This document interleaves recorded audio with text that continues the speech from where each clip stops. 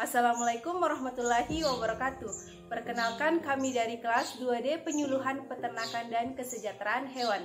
Baiklah, perkenalkan nama saya Mulki Ahmadi. Saya akan menjelaskan mengenai testis. Perkenalkan, nama saya Muhammad Suradi. Nah, di sini saya akan menjelaskan epididimi. Baik, perkenalkan nama saya Nur Firza Arifah. Baik, di sini saya akan menjelaskan tentang vas deferens.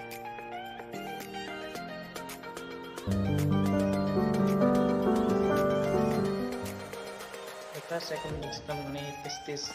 Testis atau gonad merupakan bagian laki-laki yang utama. Testis berbentuk bulat panjang. Testis berfungsi untuk menghasilkan sel janin jantan atau semen atau spermatozoa dan hormon jantan atau androgen. Ilmu yang mempelajari segala sesuatu yang berhubungan dengan testis disebut andrologi. Organ kelamin primer pada hewan jantan adalah testis atau biasa disebut orkis atau didymos. Disebut organ kelamin primer karena bersifat esensial, yaitu menghasilkan sperma dan menghasilkan hormon kelamin jantan yaitu testosteron. Pada semua spesies testis berkembang di dekat ginjal, yaitu pada daerah crista genitalia primitif. Pada mamalia, testis mengalami penurunan yang cukup jauh, sedangkan pada kebanyakan spesies berakhir pada skrotum.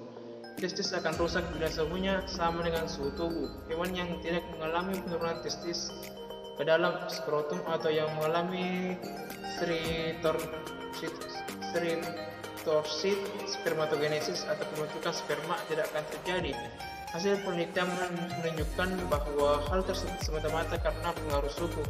Karena bila testis yang kriptorsid diingkas secara buatan, spermatogenesis tetap berlangsung. Testis terbagi secara tak sempurna oleh mediastinum, suatu septum yang terbatas. Helai-helai jaringan ikat berjalan dari pusat testis pada sumbu longitudinal dan berhubung dengan selaput pemisah. Segmen testis mengandung banyak tubuli seminiferi yang berkelok-kelok, jaringan longgar dan sel-sel interstisial yang berserakan. Testis terletak pada daerah prepubis terbungkus dalam kantong skrotum dan digantung oleh pediculus spermaticus yang mengandung unsur-unsur yang terbawa oleh testis. Dalam perpindahannya dari cavum abdominalis melalui canalis ingualis ke dalam skrotum pada sab jantan, testis berbentuk oval memanjang dan terletak dengan sumbu panjangnya vertikal di dalam skrotum. Sedangkan pada sapi dewasa, panjangnya mencapai 12-16 cm dan diameternya 6-8 cm. Tiap testis berukuran berat 300-500 gram tergantung pada umurnya, berat badan dan bangsa sapi. Testis sapi jantan berbentuk bulat panjang, terletak di dalam kantung skrotum dan tergantung pada korda spermaticus dengan bagian arteria testis lebih dalam atau dengan posisi ventral. Pada hewan dewasa, panjang testis 10-12 /2 cm, lebar 6,25 cm dengan berat 500 gram. Testis ini diselubungi oleh selapis turunan pengikat yang tipis dan elastis disebut tunika albuginea. Bila diraba, selaput ini terasa kuku dan kuat.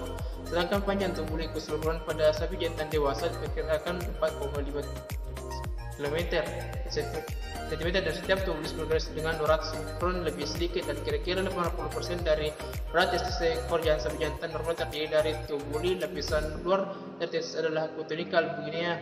Testis merupakan membran jaringan ikat elastis berwarna putih. Pembuluh darah dalam jumlah besar dijumpai tepat di bawah permukaan lapisan ini. Lapisan fungsional dari testis yaitu parenchyma terletak di bawah lapisan tunika albuginea. Parenchyma ini berwarna kekuningan, terbagi-bagi oleh septa yang tidak sempurna menjadi segmen-segmen. Parenchyma mempunyai pipa-pipa kecil di dalamnya yang disebut tubulus seminiferus atau tunggal, tubulus seminiferi atau jamak. Tubulus seminiferi berasal dari primary sex core yang berisi sel-sel benih atau germ cells, spermatogenea, dan sel-sel pemberi makan, yaitu sel-sel troli. Sel-sel troli berukuran lebih besar dengan jumlah lebih sedikit daripada spermatogenea. Selanjutnya adalah fungsi testis. Fungsi testis ada dua, yaitu sebagai tempat yang menghasilkan hormon seks jantan yaitu androgen atau testosteron. Sel-sel insitual dari Ledik atas pengaruh ICSH menghasilkan hormon kelamin jantan yaitu hormon testosteron atau androgen yang terdapat di dalam jaringan pengikat di antara tubulus seminiferosa. Yang kedua itu sebagai penghasil gamet jantan disebut spermatozoa. Spermatozoa dihasilkan di dalam tubulus seminiferi atas pengaruh FSH. Tubulus tersebut sangat berliku-liku pada jantan yang lebih tua.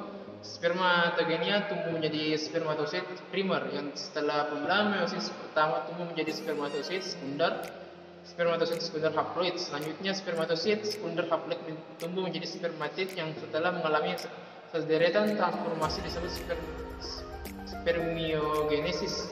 Kemudian tumbuh menjadi sel sperma yang terdiri atas sebuah kepala, sebuah bagian tengah atau tubuh serta sebuah bagian ekor. Assalamualaikum warahmatullahi wabarakatuh. Nama saya Muhammad Suradi. Pada kesempatan kali ini saya akan membahas mengenai epididymis. Epididymis adalah suatu struktur yang memanjang yang rapat dengan testis. Epididymis mengandung ductus epididymis yang sangat berliku-liku dan mencapai panjang lebih 40 meter jantan dewasa dan kurang lebih 60 meter pada babi dan 80 meter pada kuda. Epididymis dapat dibagi atas kepala, badan, dan ekor. Kepala atau caput epididymis membentuk suatu penonjolan dasar dan agak berbentuk mangkok yang dimulai pada ujung proksimal testis. Pada umumnya, epididymis berbentuk U, berbeda-beda dalam ukurannya dan menutupi seluas sepertiga dari bagian testis. Melalui serosa, saluran epididymis tersusun dalam lobuli dan mengandung ductus efferentes testis dengan saluran epididymis yang dimana berjumlah 13-15 buah dekat ujung proksimal testis. Caput epididymis menjadi pipi dan bersambung ke badan atau korpus epididymis yang langsing dan berjalan distal sepanjang tepi posterior testis. Bisa dilihat pada gambar pada ujung distal testis, korpus menjelma menjadi kauda epididymis yang pada sapi dewasa mencapai ukuran sebesar ibu jari dan agak berayun dalam kedudukannya.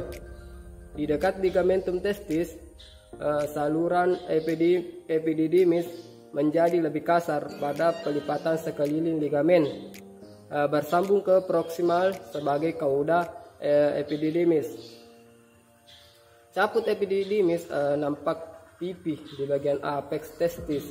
Terdapat 12-15 buah saluran kecil, vasa efferentia, yang menyatu menjadi satu saluran. Korpus epididymis memanjang dari apex menurun sepanjang sumbu memanjang testis yang merupakan saluran tunggal yang bersambungan dengan kauda epididymis. Panjang total dari epididymis diperkirakan mencapai 34 meter pada babi dan kuda. Lumen kauda epididymis lebih lebar daripada lumen korpus epididymis. Struktur dari epididymis dan saluran eksternal lainnya, vas deferens dan uretra, adalah serupa pada saluran reproduksi betina. Tunika serosa di bagian luar diikuti dengan otot daging yang licin pada bagian tengah dan lapisan paling dalam adalah epitelial yang bisa dilihat pada gambar. Epididymis mamalia yang merupakan alat kelamin aksesori dinamik tergantung pada androgen testicularis untuk memelihara status diferensiasi. Epitel terdiri dari sejumlah 8-25 ductuli efferentes dan ductus epididymis yang panjangnya berliku-liku. Secara makroskopik, epididymis terdiri dari kepala, badan, dan ekor yang terbungkus oleh tunica albuginea tebal yang terdiri dari jaringan ikat pekat tidak teratur dibalut oleh lapis visceral tunica vaginalis. Pada kuda jantan, tunica albuginea memiliki sedikit sel otot polos yang tersebar di dalamnya. Menurut Toeliher, 1181, fungsi dari epididymis ada empat, yaitu sebagai berikut. Yang pertama, transportasi adalah massa spermatozoa dialirkan dari red testis ke dalam ductus efferens oleh tekanan cairan dan spermatozoa dalam testis secara tepat bertambah banyak. Perpindahan spermatozoa dibantu oleh gerakan silia dan gerakan peristaltik dari muskulatur pada dinding ductus epididymis. Dan yang kedua yaitu konsentrasi, yang dimana konsentrasi merupakan tempat yang berada di dalam ductus epididymis cairan testis yang menjadi medium massa spermatozoa. Airnya diserap oleh epitel dinding epididymis.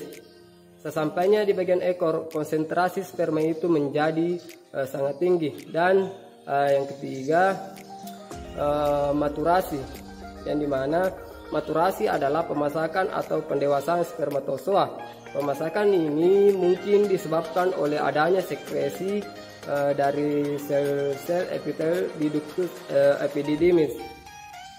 Dan yang terakhir yaitu yang keempat, bagian ekor dari epididymis merupakan tempat penimbunan sperma yang utama, karena disinilah yang cocok untuk penghidupan spermatozoa yang masih belum bergerak. Pada kondisi ini, di dalam kauda epididymis adalah optimal untuk mempertahankan kehidupan sperma yang berada dalam keadaan metabolisme sangat minim. Apabila epididymis ini diikat, sperma akan tetap hidup dan fertil di dalam epididymis selama 60 hari. Nah, dari keempat fungsi epididymis, caput atau kepala epididymis berfungsi sebagai tempat maturasi dan konsentrasi pada korpus atau badan, dan juga epididymis berfungsi sebagai transportasi sperma. Sedangkan pada bagian ekor atau kauda, epididymis berfungsi sebagai tempat penimbunan sperma. Sekian mungkin itu saja penjelasan saya mengenai epididymis. Lebih dan kurangnya mohon dimaafkan. Wassalamualaikum warahmatullahi wabarakatuh. Baik, langsung saja. Vas deferens atau cauda epididymis adalah pipa berotot yang pada saat ejakulasi mendorong spermatozoa dari epididymis ke ductus ejaculatoris dalam uretra prostatik. Vas deferens meninggalkan ekor epididymis bergerak melalui kanal inguinal yang merupakan bagian dari korda spermatik, dan pada cincin inguinal internal memutar ke belakang, memisah dari pembuluh darah dan saraf dari korda.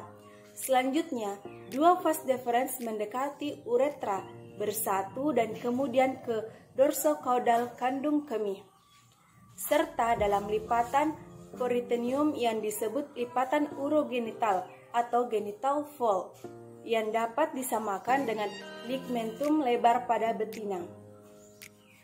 Vas deferens mengangkut sperma dari ekor epididymis ke uretra. Dindingnya mengandung otot-otot licin yang penting dalam mekanisis pengangkutan semen waktu ejakulasi. Nah, adapun diameternya mencapai 2 mm dan konsistensinya seperti tali berwarna kekuningan. Dekat badan epididymis, vas deferens menjadi lurus dan bersama bulu-bulu darah dan limfe, serta serabut-serabut saraf membentuk funiculus spermaticus yang berjalan melalui canalis inagualis ke dalam cavum abdominalis. Ampula pada sapi mempunyai panjang 10-14 cm dengan diameternya 2-2,5 cm. Ampula tidak terdapat pada anjing, babi kecil dan kucing. Vas deferens ini berfungsi untuk mengangkut sperma dari ekor epididymis ke uretra. Dindingnya mengandung otot-otot licin yang penting dalam mekanisasi pengangkutan semen waktu ejakulasi. Nah, Diameternya terdapat mencapai 2 mm dengan panjang 5-10 cm dan konsistensinya seperti tali dekat ekor epididymis. Vas deferens berliku-liku dan berjalan sejajar dengan badan epididymis. Dekat kepala epididymis, vas deferens menjadi lurus dan bersama bulu-bulu darah dan limfa dan serabut syaraf. Membentuk funiculus spermaticus yang berjalan melalui kanalis inguinalis ke dalam cavum abdominalis. Kedua vas deferens yang terletak menyebelah di atas vesika urinaria lambat laun menebal dan membesar dan membentuk ampulae ductus efferens.